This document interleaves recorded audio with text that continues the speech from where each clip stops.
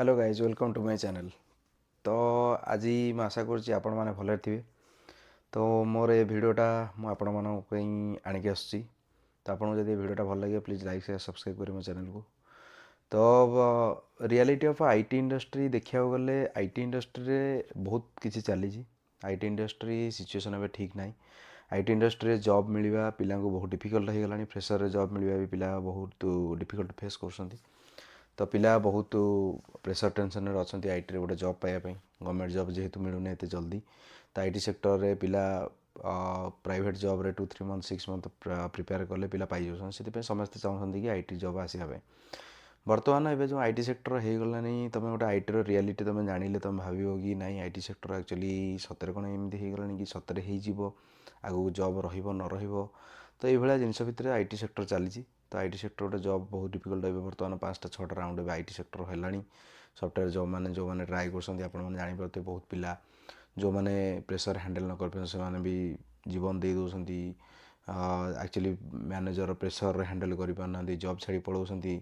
तो ऑफिस रे बहुत पॉलिटिक्स भी चली ऑफिस रे बैकग्राउंड रे बहुत किसी तुम गोटे टीम रे काम कर से टीम रे आउ गोटे पिला यदि भल खराब पिला किए पड़ा सी तुम जहाँ काम कर तुम ना मैनेजर आगे कह कि नहीं पिलाटा भल कर ये पिलाटा भल नुह ये सिचुएसन भितर बर्तमान आईटी चली। तो बर्तमान एवं देखिए जदि आईटी रे माने एवं बहुत प्रकार जॉब अच्छी जमती डायरेक्ट सांगे सांगे जीवनी फिर भी किसी टाइम लगे जॉब सब जीवाई स्लोली स्लोली जीव कि ए आसला सांगे सांगे नहीं जीव सहीटा मैटर नुह स्लोली स्लोली जीव कि टाइम टे लगे जमती होगला आमर सिस्टम एडमिनिस्ट्रेटर होगला तो सिस्टम एडमिनिस्ट्रेटर जो गोटे ऑटोमेशन आसला तो ये डेवलप्स पिला भी सिस्टम एडमिनिस्ट्रेटर काम भी कर।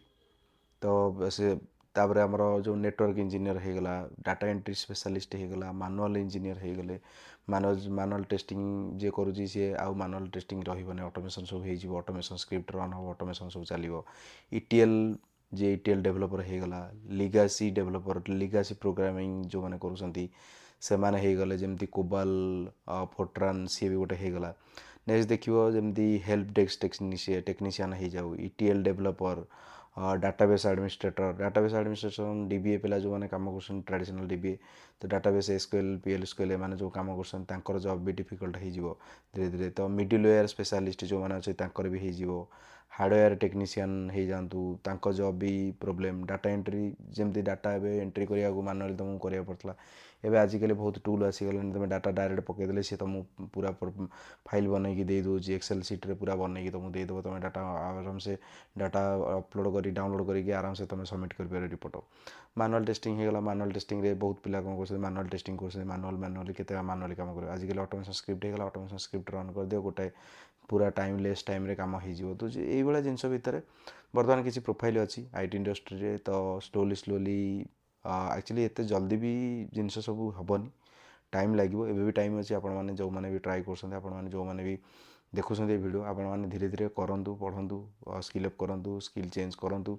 तो आपड़ एवं भी टाइम अच्छे चेंज करेंगे कि बर्तमान जो स्लोली स्लोली एआई इंटीग्रेट हो एआई स्पीड अप चलो तो धीरे धीरे सिचुएसन डिफिकल्ट ही चलो। तो आपड़ डायरेक्ट एकाथर के गोटे जिनस तो सांगे सांगे होनी तो टी टाइम लगे जिनसा करने जिनसा हाँपाई।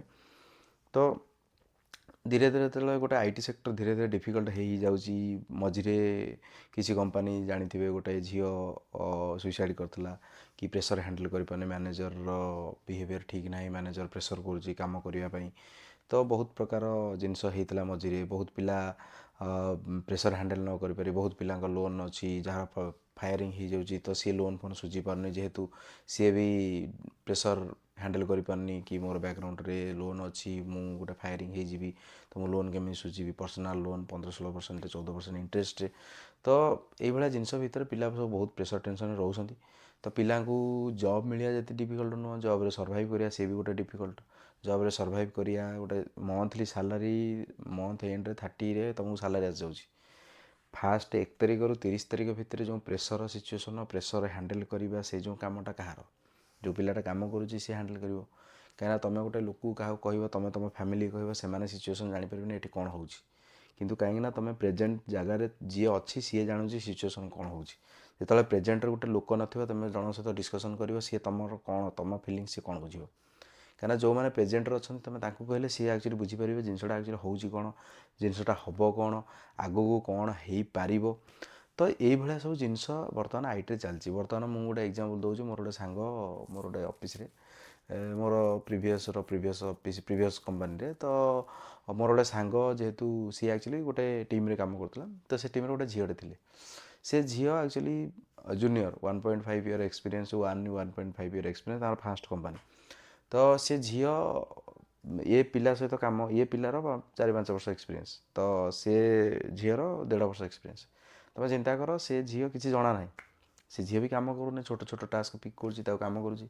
କିନ୍ତୁ ତାପରେ ଇଏ ରିପୋର୍ଟିଂ ମ୍ୟାନେଜର ଯେମିତି ରିପୋର୍ଟ କରନ୍ତି, ସେ ଝିଅକୁ ଯେମିତି ଇଏ ରିପୋର୍ଟ କରୁଛି। ତ ସେ ଝିଅ ଆ ପାଖରୁ ଡାଟା ନେଉଛି କି ଭାଇ ଏ କଥା କ'ଣ ହେଲା, ସେ କଥା କ'ଣ ହେଲା, ମାନେ ଇଂଲିଶରେ, ମାନେ ଓଡ଼ିଆ ନୁହଁ। ତ ତଥାପି ତୁମେ ଜାଣିପାର ଗୋଟେ ସିଚୁଏସନ୍ ବର୍ତ୍ତମାନ ଆଇଟି ସେକ୍ଟର କ'ଣ ହେଲାଣି। ତ ବର୍ତ୍ତମାନ ଗୋଟେ ଜୁନିୟର ବି ତୁମ ଉପରେ କଥା କହିପାରୁଛି। ଗୋଟେ ଜୁନିୟର ସିଏ ପ୍ରଡ଼କ୍ଟ ମ୍ୟାନେଜର ସହିତ ତାଙ୍କର ଭଲ, ତ ସେଥିପାଇଁ ସିଏ ପ୍ରଡ଼କ୍ଟ ମ୍ୟାନେଜର ସହିତ କ୍ଲୋଜ୍ ହେଇ କାମ ପିକ୍ କରୁଛି।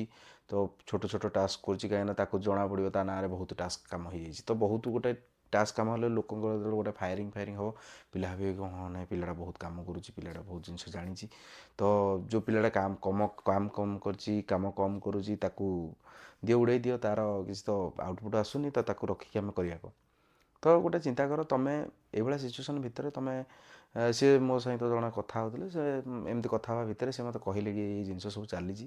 ତ ବର୍ତ୍ତମାନ ସତ ମିଛକିରି ମୋ ନାଁରେ କହୁଛି, ତ ମୋତେ ବି ପ୍ରୋବ୍ଲେମ୍ ହେଉଛି ମୋ ଟିମ୍ରେ କାମ କରିବା ପାଇଁ। ମୁଁ ଚାହୁଁଛି ଆଉ ଗୋଟେ ଟିମ୍ରେ କାମ କରିବା ପାଇଁ, କିନ୍ତୁ ମୁଁ ଚେଞ୍ଜ କରିପାରୁନି ପ୍ରୋଜେକ୍ଟ।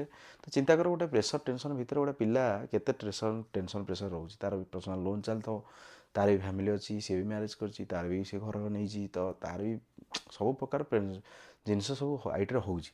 ତ କାହାର ଫ୍ୟାମିଲି ଇସ୍ୟୁ ଥିବ, କାହାର କିଏ ଫ୍ୟାମିଲିରେ କ'ଣ ପ୍ରୋବ୍ଲେମ୍ ଥିବ। ତ ଏଇଭଳିଆ ଜିନିଷ ଭିତରେ ଗୋଟେ ପିଲା ମାନସିକ ଅବସ୍ଥା କ'ଣ ଥିବ। ତ ଗୋଟେ ପିଲା ଯେତେବେଳେ ଗୋଟେ ଫାୟାରିଂ କରିଦେବ ଗୋଟେ କମ୍ପାନୀ, ଗୋଟେ ପିଲା ସାଙ୍ଗେ ସାଙ୍ଗେ ଗୋଟେ ଷ୍ଟେବୁଲ୍ ହେବାକୁ, ଗୋଟେ ଜବ୍ ପାଇବା ପାଇଁ କେତେ ଟାଇମ୍ ଲାଗିବ, ପ୍ରିପେୟାର ହେବ। ଫାଷ୍ଟ ରିଜ୍ୟୁମ୍ ଅପଲୋଡ଼ କର, ତାପରେ ତୁମେ ପ୍ରିପେୟାର ହୁଅ, ତାପରେ ଇଣ୍ଟରଭ୍ୟୁ ଦିଅ। ଇଣ୍ଟରଭ୍ୟୁ ଦେଲା ପରେ ତୁମର ସେ ଇଣ୍ଟରଭ୍ୟୁରେ କ୍ଲିୟର ହେବ ନ ହେବ କିଛି ଗ୍ୟାରେଣ୍ଟି ନାହିଁ। ଇଣ୍ଟରଭ୍ୟୁରେ କ୍ଲିୟର ହେଲା ଯଦି ବି ତୁମର ପ୍ୟାକେଜ୍ ଇସ୍ୟୁ, ତୁମେ କେତେ ପାଉଛ, ସିଏ ତୁମ କମ୍ପାନୀ ତୁମକୁ କେତେ ଦେଉଥିଲା, ତୁମେ ଏବେ ଯେଉଁ କମ୍ପାନୀ ଯିବ ସେ କମ୍ପାନୀ ତୁମକୁ କେତେ ଦେବ ମ୍ୟାଟର୍ କରୁଛି। ତୁମର ସେ ଯେଉଁ କମ୍ପାନୀରେ ଏବେ ଜଏନ୍ ବି କରିବ, ସେ କମ୍ପାନୀ ପାଇଁ ବି ତୁମେ କାମ କରିବା ଦରକାର। ତୁମେ ଗୋଟେ ଆଉଟପୁଟ୍ ଯଦି ତୁମେ କମ୍ପାନୀକି ନ ଦେବ, ତ ତୁମକୁ କମ୍ପାନୀ କାହିଁ ପେ କରିବ। ତ ଏଇଟା ଗୋଟେ ଫ୍ୟାକ୍ଟର। ତାପରେ ଆଉ ଗୋଟେ ସିନା ଏଚ୍ଆର୍କୁ ତୁମେ କେମିତି ଖୁସି କରିବ। ବର୍ତ୍ତମାନ ଏଚ୍ଆର୍ ଦେଖ, ଏଚ୍ଆର୍ ତୁମେ ଇଣ୍ଟରଭ୍ୟୁ ଦେଇଦେଲ, ଏଚ୍ଆର୍ ମାନେ ନେଗୋସିଏଟ୍, ଭାଇ ଅଲଗା ଲେବୁଲ୍ ନେଗୋସିଏଟ୍ ଏଚ୍ଆର୍ ମାନେ କରୁଛନ୍ତି। ତ ଏଚ୍ଆର୍ ମାନଙ୍କ ସହିତ ତୁମେ ଗୋଟେ ନେଗୋସିଏଟ୍, ଯେଉଁମାନେ ଏଚ୍ଆର୍ ଅଛନ୍ତି ସେମାନଙ୍କୁ ଗୋଟେ ଟାର୍ଗେଟ୍ ଦିଆ ପାଇଁ କି ଏତିକି ସାଲାରୀ ଭିତରେ ଆମକୁ ଏ ପିଲାକୁ ଦରକାର। ତ ସେମାନେ କ'ଣ କରିବେ, ତୁମ ସହିତ ନେଗୋସିଏଟ୍ କରି ଭାଇ ତୁମ ମୁଣ୍ଡ ଖାଇଦେବେ। ତ କେତେ ତୁମେ ନେବ, କେତେ ତୁମେ ପାଇବ, କେତେ ତୁମେ ପାଉଥିଲ, ତ ସିଏ ସବୁ ପ୍ରକାର ଜିନିଷ ଭିତରେ ଆଜିକାଲି ଗୋଟେ ସାଲାରୀ ହାଇକ୍ ହେବା ବହୁତ ଡିଫିକଲ୍ଟ ହେଇଗଲାଣି। ଯାହାର ମାର୍କେଟ ଯେତିକି ତୁମେ ପାଉଥିଲ, ତୁମକୁ 20-30% ମାର୍କେଟରେ ବି ଦେବା ଡିଫିକଲ୍ଟ ହେଇଗଲାଣି ଆଇଟିରେ। ବର୍ତ୍ତମାନ 100-200% ଛାଡ଼, ଯିଏ ପାଇଯାଇଛନ୍ତି। ଏବେ ଗୋଟେ 20% ତୁମେ ହାଇକ୍, 30% ପାଇଁ ତୁମକୁ ବହୁତ ବାଟ କରିବାକୁ ପଡ଼ିବ, ବହୁତ କଥା ହେବାକୁ ପଡ଼ିବ, ବହୁତ ଇଣ୍ଟରଭ୍ୟୁ ଦେବାକୁ ପଡ଼ିବ, ଗୋଟେ 30-40%, 50% ହାଇକ୍ ଉଠିବା ପାଇଁ। ତ ଏଇଭଳିଆ ବର୍ତ୍ତମାନ ଆଇଟିର ସେକ୍ଟରର ରିଆଲିଟି। ତ ବର୍ତ୍ତମାନ ଆପଣମାନେ ଯେଉଁମାନେ ବି ଟ୍ରାଏ କରୁଛନ୍ତି, ଆପଣ ଦେଖନ୍ତୁ, ଆପଣଙ୍କ ଏବେ ବି ଟାଇମ୍ ଅଛି। କମ୍ଫର୍ଟ ଜୋନ୍ରୁ ବାହାରନ୍ତୁ। କମ୍ଫର୍ଟ ଜୋନ୍ରୁ ନ ବାହାରିଲେ ଆପଣ କିଛି ବି କରିପାରିବେନି, କାହିଁକିନା କମ୍ଫର୍ଟ ଜୋନ୍ ବହୁତ ପ୍ରୋବ୍ଲେମ୍ କରିବ।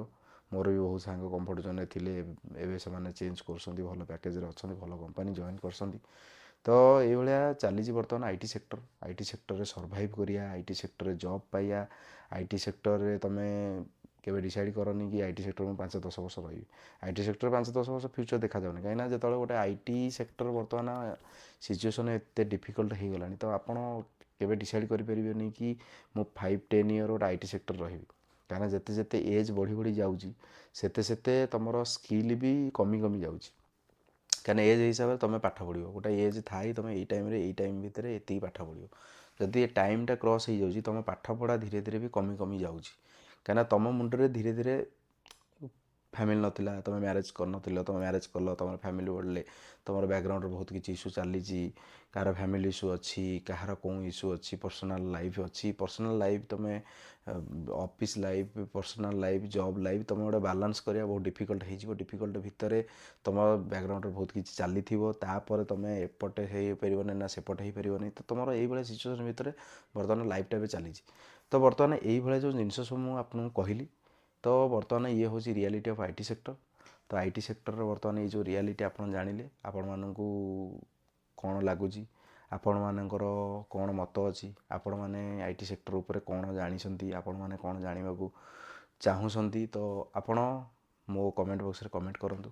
ଆପଣଙ୍କୁ ଏ ଭିଡ଼ିଓରେ କ'ଣ ଲାଗିଲା, ମୁଁ ଆପଣଙ୍କୁ ଯେଉଁ କଥା ଏବେ କହିଲି, ତ ଇଏ ରିଆଲିଟି କି ନାହିଁ, ଆପଣ ବି ତ ଅଲରେଡ଼ି ଆପଣ ଏ ଏକ୍ସପିରିଏନ୍ସ ଆପଣ ଜାଣିଥିବେ କ'ଣ ସେକ୍ଟରରେ ଚାଲିଛି IT ସେକ୍ଟରରେ। ତ ମୁଁ ଆଶା କରୁଛି ଆପଣମାନଙ୍କୁ ଏ ଭିଡ଼ିଓଟା ଭଲ ଲାଗିଥିବ। ତ ମୋ ଭିଡ଼ିଓଟା ଆପଣମାନଙ୍କୁ ଯଦି ଭଲ ଲାଗିଥିବ ପ୍ଲିଜ୍ ଲାଇକ୍ ସେୟାର ସବସ୍କ୍ରାଇବ୍ କରିବେ ମୋ ଚ୍ୟାନେଲକୁ। ମୁଁ ଏତିକିରେ ରହୁଛି, ଆପଣମାନଙ୍କ ପାଇଁ ନେକ୍ସଟ ମୋର ଭିଡ଼ିଓ ଆଣିକି ଆସିବି। Thank you all.